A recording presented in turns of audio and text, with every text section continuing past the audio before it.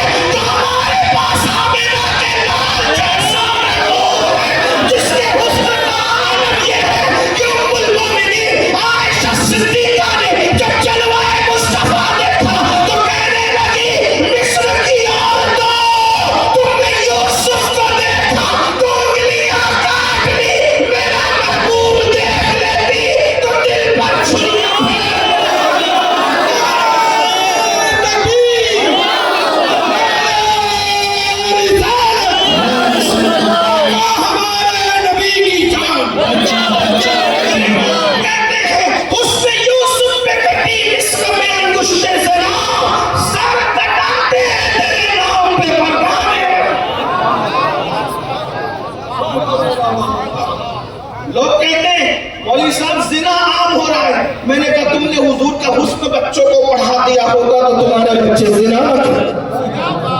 لوگ کہتے ہیں مولوی صاحب افیئر عام ہو رہا ہے، میں نے کہا حضور کا عشق بٹھا دیتے کہ وہ کسی اور کے چکر میں نہ پڑے۔ غلطیاں تمہاری ہے، تم نے تو نبی کو بتایا ہی نہیں۔ خدا کی عزت و جلال کی قسم، اپنے نبی ایسے نبی، توریت میں ان کی نعت لکھی، انجیل میں ان کی نعت لکھی، زبور میں ان کی نعت لکھی، قرآن میں ان کی نعت۔ نعت کہتے ہیں تعریف اور توصیف کو، اور ان کے دشمنوں کی مذمت کو نعت۔ نعت کی دو انداز ہے، محبوب کی تعریف کرنا، اس کے دشمنوں کی مذمت کرنا، اسی کو کیا کہتے ہیں؟ نعت کہتے ہیں۔ اب اس انداز میں اگر قرآن کہو تو اللہ اکبر، چہرے کو والضحیٰ کہا گیا، زلفوں کو واللیل کہا گیا، تاروں کو والنجم کہا گیا۔ چلے تو قرآن یوں نعت بیان کر رہا ہے، لا اقسم بہذا البلد، اللہ اکبر، سفر کرے تو قرآن یوں نعت بیان کر رہا ہے، سبحان الذی اسریٰ بعبدہ لیلا من المسجد الحرام الى المسجد الاقصى الذي باركنا حوله لنريه من آیاتنا انه هو السمیع البصیر۔ اللہ پر سفر کرتے تو قرآن یوں کہتا ہے، اللہ والنجم اذا هوى ما ضل صاحبكم وما غوى وما ينطق عن الهوى ان هو الا وحی یوحی۔ اللہ اکبر، اندازہ تو فرمائے، اگر وہ چادر اوڑھ لے تو ان کی چادر اوڑھنے کی ادا بھی اتنی خوبصورت ہے، اس پر بھی قرآن کہتا ہے یا ایھا المدثر، او کمبل اوڑھنے والے، اور وہ کالی چادر چہرے میں ڈال لے تو قرآن کہتا ہے یا ایھا المزمل، اور جھرمٹ مارنے والے۔ جھرمٹ مارنا کس کو کہتا ہے؟ جب ستارہ چمکتا ہے تو کبھی روشنی بڑھتی ہے، کبھی کم ہوتی ہے، تو یہ مزمل کیوں کہا گیا؟ حضور نے اپنے چہرے پہ چادر ڈالی ہوگی، سیاہ چادر سے جب چہرے سے نور کی کرنیں باہر آتی ہوگی، میرے امام نے اس کا ترجمہ کیا مزمل اور جھرمٹ مارنے والے۔ جس کی چادر اوڑھنے کی ادا میں بھی قرآن آئے وہ نبی کیسا ہوگا؟ چادر تو چادر ہے، اگر وہ مسکرا دے تو بھی قرآن آتا ہے، اور وہ غصے میں آ جائے تو بھی قرآن آتا ہے۔ ان کا غصہ قرآن یوں بیان کرتا ہے، وَمَا رَمَيْتَ إِذْ رَمَيْتَ وَلَكِنَّ اللَّهَ رَمَىٰ۔ تمہارے کنکریاں تو نے نہیں پھینکی، پھینکنا تیرا ہاتھ، تیرے پہ پھینکنا ہمارا۔ نظریں اٹھائے تو بھی قرآن آتا ہے، قد ورا، نظریں جھکا لے تو اِنَّا أَنزَلْنَاهُ فِي لَيْلَةِ الْقَدْرِ، مانگ نکال لے تو بھی قرآن آتا ہے۔ خَيْرٌ مِّنْ أَلْفِ شَهْرٍ تَنَزَّلُ الْمَلَائِكَةُ وَالرُّوحُ فِيهَا بِإِذْنِ رَبِّهِم مِّن كُلِّ أَمْرٍ سَلَامٌ هِيَ حَتَّىٰ مَطْلَعِ الْفَجْرِ۔ یہ مطلع فجر کیا ہے؟ ایک تو اس کا ظاہری معنی ہے، صوفیہ کہتے ہیں حضور نے کالی زلفوں میں جب مانگ نکالی تو ایک سفید چمکدار مانگ نکلی، قرآن اس کو مطلع فجر۔ اسی لیے میرے امام نے اس کو بہت اچھی انداز سے کہا، لیلۃ القدر میں، لیلۃ القدر میں مطلع الفجر حق۔ لیلۃ القدر کا مطلب کیا بیان کیا؟ حضور کی کالی کالی سیاہ زلفیں، لیلۃ القدر سیاہ، مطلع فجر ہے اس میں مانگ، لیلۃ القدر میں مطلع فجر حق، مانگ کی استقامت باللہ۔ اب یہاں مانگ کے بھی دو معنی ہیں، ایک تو مانگ کے معنی ہے مانگنا، اور ایک تو مانگ کا معنی ہے حضور کے سر میں نکلنے والی مانگ۔ اسی کو امام احمد رضا جو بات بھی کہہ دے، قرآن کی تفسیر بھی بیان کر دے، صوفیہ کی نمائندگی بھی کر دے۔ جس کے نزدیک مانگ سے مراد مانگنا ہے ان کی مراد بھی برائی، اور جن کے نزدیک جو عشق کے بندے ہیں مانگ سے مراد رسول اللہ کے سر کی مانگ ہے، ان کی مراد بھی برائی۔ کیا آخر ہے؟ تو عرض کیا کر رہا تھا، جس کا محبوب خوبصورت ہوتا ہے شاید نہیں۔ اگر اس امت نے نعت پر محنت کی ہوتی تو شاید گانے اتنے عام نہ ہوئے ہوتے۔ افسوس ہے لوگ گانوں پر پابندی نہیں لگاتے، نعتوں پر پابندی لگاتے۔ وہ کون لوگ ہیں، کہاں رہتے ہیں؟ مجھ سے زیادہ اس کے محقق آپ ہیں۔ مجھے بتانے کی ضرورت نہیں ہے، لیکن اتنا ضرور کہوں گا 1857 کے بعد انگریزوں کی محنت سے بیچارے دنیا میں جنم لیا اور پیدا ہوئے، لیکن اس سے زیادہ کچھ نہیں کہہ سکتا۔ جنہوں نے صفہ سے دین لیا ہے ان کے یہاں نعت عبادت ہے، جنہوں نے انگریزوں کی محنت سے جنم لیا ہے ان کے یہاں نعت بدعت ہے۔ اب آپ کو خود فیصلہ کرنا ہے، آپ کو صفہ والے صحابہ کے دین پر چلنا ہے یا آپ کو انگریزوں کے بعد لائے ہوئے خود ساختہ بنائے ہوئے مذہب میڈ ان انڈیا دین پر چلنا ہے۔ آپ کو 1857 کے بعد کا مسلک چاہیے یا 1450 سال والا مسلک چاہیے؟ آپ کی بات ہے۔ آپ کو بتاؤں نعت کس کس نے کہی؟ حسان بن ثابت نے نعت کہی، ابو بکر صدیق نے نعت کہی، سیدہ فاطمہ الزہرا نے نعت کہی، نابغہ جادی نے نعت کہی، ابو موسیٰ اشعری نے نعت کہی، مولا علی نے نعت کہی، فاروق اعظم نے نعت کہی، اسی طریقے سے امام حسن نے نعت کہی، امام حسین نے نعت کہی، امام زین العابدین نے نعت کہی۔ اللہ اکبر۔ پھر اس کے بعد آ کر کے آپ دور تابعین میں دیکھیں، امام مالک نے نعت کہی، امام اعظم نے نعت کہی، امام شافعی نے نعت کہی، امام احمد بن حنبل نے نعت کہی۔ اس کے بعد اللہ اکبر رابعہ بصری نے نعت کہی، اسی طرح سے نفیسہ مصری نے نعت کہی، اسی طریقے سے نعت کے سلسلے کو دیکھیں، شمس تبریز نے نعت کہی، عارف رومی جلال الدین رومی علامہ رومی نے نعت کہی، علامہ جامی نے نعت کہی، شرف الدین بوصیری نے نعت کہی، اسی طرح امیر خسرو نے نعت کہی، محبوب الہی نے نعت کہی، غریب نواز نے نعت کہی، غوث پاک نے نعت کہی، اور پھر گزشتہ صدی میں تو امام اہل سنت نے کمال ہی کر دیا۔ اہل سنت کے امام 1400 سالہ نعت کے ذخیرے کو یوں بیان کرتا ہے، اللہ اکبر، اللہ کی سرتاب و قدر شان ہے یہ، انسان ہے انسان و انسان ہے یہ، قرآن تو ایمان بتاتا ہے انہیں، ایمان یہ کہتا ہے میری جان ہے۔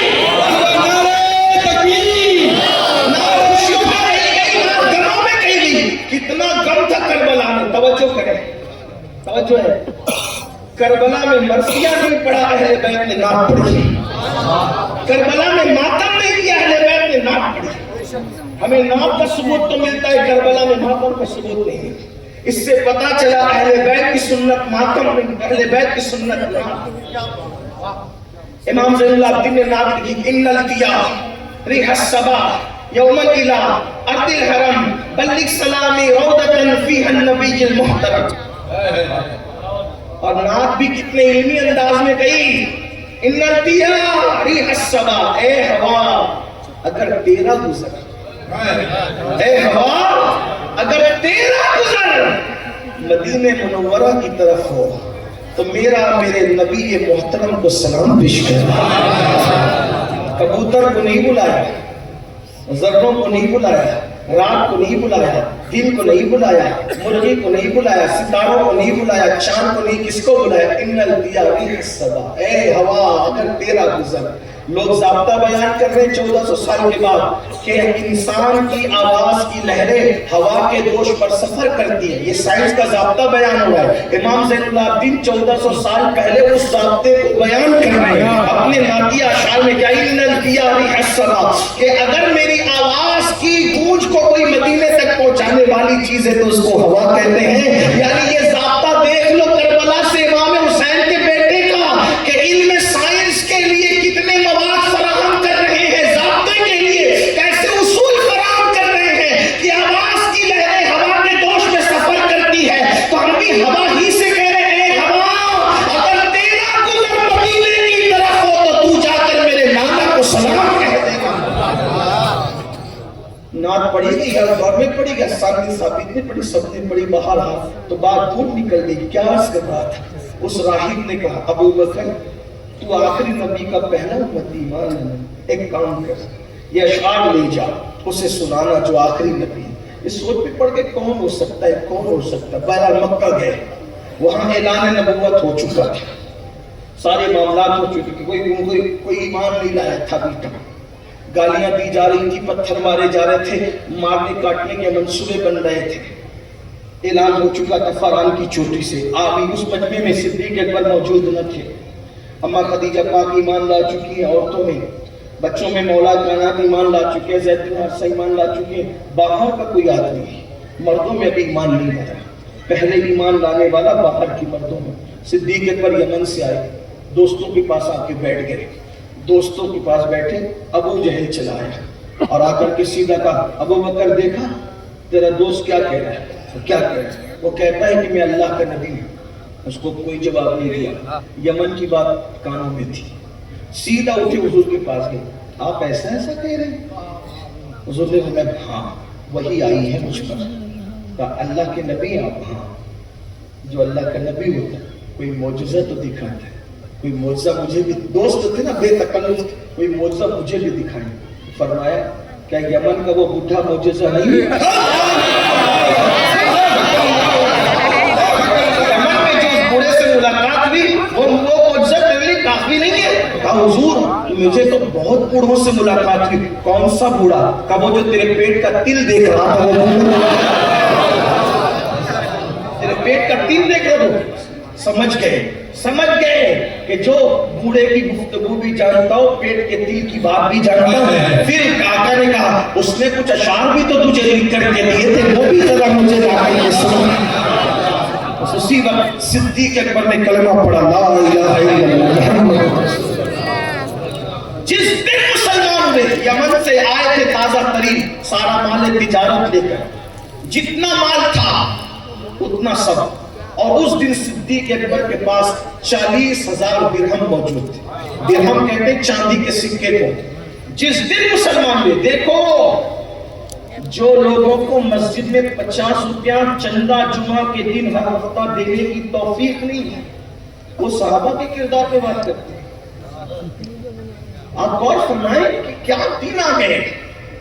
برا مت ماننا، دراصل کہیں نہ کہیں تمہاری فکر کو ڈیمیج کیا جا رہا ہے، تمہیں دین سے دور کیا جا رہا ہے۔ جس دن مسلمان ہوئے، ابھی کوئی چندے کا اعلان نہیں، قرآن مقدس میں انفاق فی سبیل اللہ پر کوئی ابھی حکم نہیں آیا، سارے والے تجارت لے آئے اور 40,000 درہم یعنی چاندی کے سکے وہ سب حضور کے پاس لا کے کہتے یا رسول اللہ یہ سب آپ کا ہے، آپ اسے دین کی راہ میں جہاں چاہے خرچ کریں۔ پہلے دن پورا مال دے دیا اللہ کے رسول کی وقت، 40,000 درہم اور مال تجارت سب کے سب صدیق اکبر نے دے۔ یہ صدیق اکبر ہے، ان کی قربانی ہے۔ اسی لیے اللہ کے رسول فرماتے ہیں میری امت پر واجب ہے کہ ابو بکر کا شکریہ ادا کیا کرے، اور فرمایا جس نے احسان کیا ہے سب کے احسان کا بدلہ ادا کر دیا گیا سوائے ابو بکر کے۔ قیامت کے دن اللہ میری طرف سے میرے ابو بکر کو اس کے احسان کا بدلہ عطا فرمایا۔ پھر پوری زندگی صدیق اکبر حضور کے ساتھ ساتھ لگے رہے، اللہ اکبر، مار کھایا، وطن سے نکالے گئے، بہت کچھ ہوا۔ صدیق اکبر رضی اللہ عنہ کی زندگی حضور نے چاہا یہ کام ہو جائے کر دیا، یہ غلام آزاد ہو جائے کر دیا۔ بلال حبشی کو آزاد کروانے والے صدیق اکبر، عامر کو آزاد کروانے والے صدیق اکبر، زلیرہ کو آزاد کروانے صدیق اکبر، اللہ آزاد کروانے والے کئی مکے کے غلاموں کو خرید کر کے آپ نے آزاد کروایا، خوب پیسے خرچ کیے۔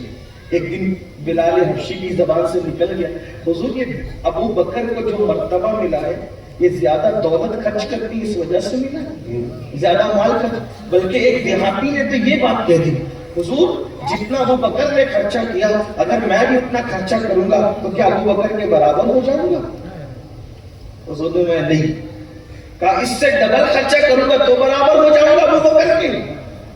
کہا اس کا مطلب دیہاتیوں کو بھی پتا تھا کہ ابو بکر کا مرتبہ رسول اللہ کی عورتوں سے بڑھ گیا، اسی لیے تو دیہاتی بھی انہی کا نام لے رہا تھا نا کہ کیا میں ان کے برابر ہو جاؤں گا؟ تو کہا نہیں، ڈبل خرچہ کرے گا۔ سیدنا صدیق اکبر کے بارے میں دیہاتی نے ڈبل خرچ کرنے کی بات کی۔ آقا فرماتے ہیں او دیہاتی اگر تو اس کا 10 گنا بھی خرچ کرے تو ابو بکر کے برابر نہیں ہو سکتا، کیونکہ ابو بکر نفل نماز روزے کی وجہ سے اس مرتبے پر نہیں پہنچا، نہ ابو بکر پیسہ خرچہ کرنے کی وجہ سے اس مقام پر پہنچا۔ فرمایا ابو بکر کو جو مرتبہ ملا ہے اس کے دل کی کیفیت کی وجہ سے ملا ہے، یعنی دل میں جو عشق مصطفیٰ ہے اس کی بنیاد پر ابو بکر کو یہ مرتبہ نصیب ہوا۔ اس کے عشق رسول کی گواہی حضور خود ہے، دنیا میں کوئی ایسا عاشق جس کے عشق کی گواہی حضور نے؟ یہ صدیق اکبر کا بات۔ حضور فرمائیے اس کے دل، اور یہ روایت جو میں پڑھ رہا ہوں سب سنابل شریف میں میر عبدالواحد بلگرامی نے لکھا، اس کو حضرت محبوب الہی نظام الدین اولیاء نے بیان فرمایا ہے۔ آپ کیا سمجھ رہے ہیں؟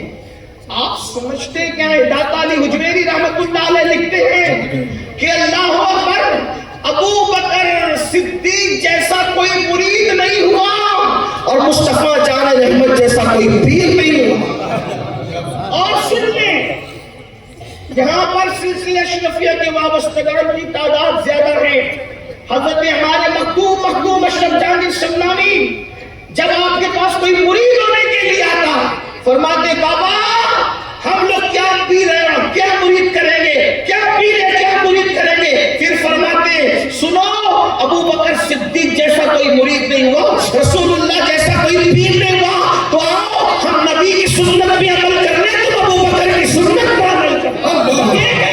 مخدوم اشرف جہانگیر شمنانی مرید کروایا، مخدوم اشرف جہانگیر شمنانی یہ کہہ کر مرید کروایا کرتے تھے، اس لیے نہیں مرید کر رہا ہوں کہ میں پیر ہوں، اس لیے کر رہا ہوں کہ یہ میرے نبی کی سنت ہے، اور اس لیے نہیں کرا رہا ہوں کہ تم اس قابل ہے، اس لیے کرا رہا ہوں کہ یہ ابو بکر صدیق کی سنت ہے۔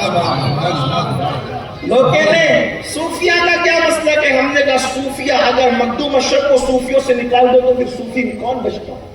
آپ بتائیں کہ یہ لوگ صوفی نہیں؟ علامہ نوری صاحب فرما رہے تھے کہ جلال الدین میاں صاحب نے آپ کو نوازا، میں تو اس قابل ہی نہیں، میری اوقات ہی کچھ نہیں، بڑوں کا بڑا پن ہے، میری حیثیت کیا ہے، اپنی اوقات ہی کچھ نہیں، لیکن یہ فیضان ہے، لوگوں نے اپنے کرم سے نوازا۔ صدیق پر پوری زندگی حضور کے ساتھ۔ آپ جانتے ہیں اللہ اکبر، جب سیدہ فاطمہ الزہرا کا نکاح ہوا، اس وقت مولا کائنات رضی اللہ تبارک و تعالیٰ کے پاس خود کا اپنا گھر نہیں تھا۔ اس وقت اللہ اکبر سیدہ فاطمہ الزہرا رضی اللہ تعالیٰ عنہ کو حضور کے گھر سے دور رہنا پڑا۔ حضور بے چین ہوئے۔ صدیق اکبر نے پوچھا ہے رسول اللہ بے چینی کی وجہ کیا؟ آقا فرماتے ہیں فاطمہ کے بغیر نہیں رہ سکتا، گھر دور ہو گیا، گھر دور ہو گیا، میں اس کے بغیر نہیں رہ سکتا، اس لیے کہ فاطمہ کو دیکھے بغیر مجھے چین نہیں آتا۔ ہائے ہائے، یہ حضور سے کیا محبت تھی شہزادی کے ساتھ۔ فرماتے اس کو دیکھے، دنیا ان کو دیکھے بغیر چین نہیں پاتی، اور آقا کو چین کس کو دیکھ کر آتا ہے؟ سیدہ مخدومہ کو دیکھ۔ جب یہ بات صدیق اکبر تک پہنچی تو صدیق اکبر نے معلوم کیا کہ رسول اللہ کے گھر کے قریب کس کا مکان ہے؟ ایک صحابی کا مکان تھا، ان کو تیار کیا، جو لینا ہے لے لو، رسول اللہ کے پڑوس کا مکان چھوڑ دو، اور اس میں سیدہ پاک کو بسایا۔ پھر حضور نے ایک کھڑکی بنائی، جب بھی رسول اللہ کو سیدہ کی یاد آتی، کھڑکی کا پردہ ہٹا کر کہتے فاطمہ کہاں ہو؟ سیدہ چہرہ دکھا دیتی، حضور کو سکون ملتا۔ میرے امام فرماتے ہیں سیدہ ظاہرہ طیبہ طاہرہ جان احمد کی راحت پہ لاکھوں سلام۔ صدیق اکبر پوری زندگی لوگوں کی خیر خواہی کرتے رہے، بات سمیٹنا تو کہیں نہ کہیں پڑے گی۔ صدیق اکبر مال قربان کیا، جان قربان کی، سب قربان۔ جب حضور کا وصال ہو گیا، حضور کے وصال کے وقت بہت لوگوں کے قدم ڈگمگا گئے، بہتوں کے قدم ڈگے، بلکہ کچھ دیہاتی لوگ جو اسلام کی ترقی دیکھ کر مسلمان ہوئے تھے، مال کی لالچ میں وہ کافر ہونے لگے، لوگ مرتد ہونے لگے۔ سیدنا فاروق اعظم جیسے ہستی کا حال یہ کہ تلوار نکال کہتے ہیں، جو کہہ گئے کہ حضور کا وصال ہو گیا، اس کو قتل کیا۔ مولا کائنات بے ہوش ہو، بے ہوشی آپ پر تاری، اتنی بہادر ہستی اس غم کو برداشت نہ کر سکی، بے ہوشی کہتے ہیں۔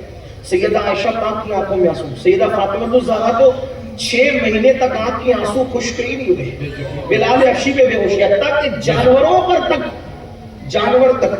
حضرت یعقوب ایک گدھا جو تحفے میں آیا تھا، اس نے جب کان لگا کے سنا کہ صحابہ کی رو رہے تو پتا چلا حضور کا وصال ہو گیا، وہ غم کو برداشت نہ کر سکا، ایک کنویں میں چھلانگ لگا کے اس نے جان دی تھی۔ یعنی جانوروں پہ یہ اثرات تھے حضور کے وصال کے۔ آپ کیا سمجھتے ہیں اللہ کے رسول صلی اللہ علیہ وسلم سے جانور تک پیار کرتے ہیں، جانور تک محبت کرتے، جان دے دی۔ حضرت یعقوب نے اس گدھے کے دراز گوش میں، ادب سے ہم اس کو گدھا بھی نہیں کہتے، دراز گوش کہتے ہیں، حضرت یعقوب کہتے ہیں، اس کا نام یعقوب تھا۔